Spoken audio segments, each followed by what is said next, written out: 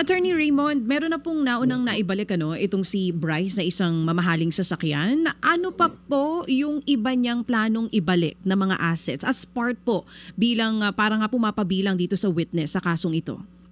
Yeah, Ms. Chacha, yeah, personally, hindi ko po alam kung ilan yung mga sasakyan niya. But I am for sure know na meron po siyang isang Lambo at saka isang Ferrari. So, even as early as last week, no, Bryce was willing actually to already give the Lamborghini.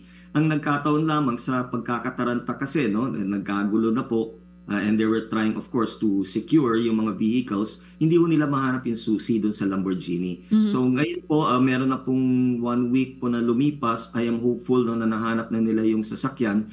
And again, I have given instructions of our own volition. No? Walang sapilitan from the DOJ, walang kondisyon. No? Talagang ibibigay po namin, iti-turn over po namin voluntarily po yung pong mga sasakyan as a sign of good faith and as a show of his remorse and his desire to make amends para doon sa mga nagawa niya. Okay. Sabi niyo po, mga sasakyan na ibabalik, pero meron din po bang mga pinag-uusapan tayo, halimbawa assets or mga natitira pa pong pera sa bangko? Tapos may nabanggit kayo ngayon, Attorney Fortune, etong pagbabalik niya ng mga gamit, walang walang kondisyon.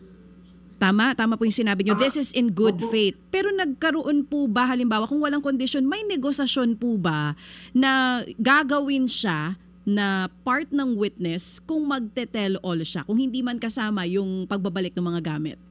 Ay, wala po. Absolutely none din. No?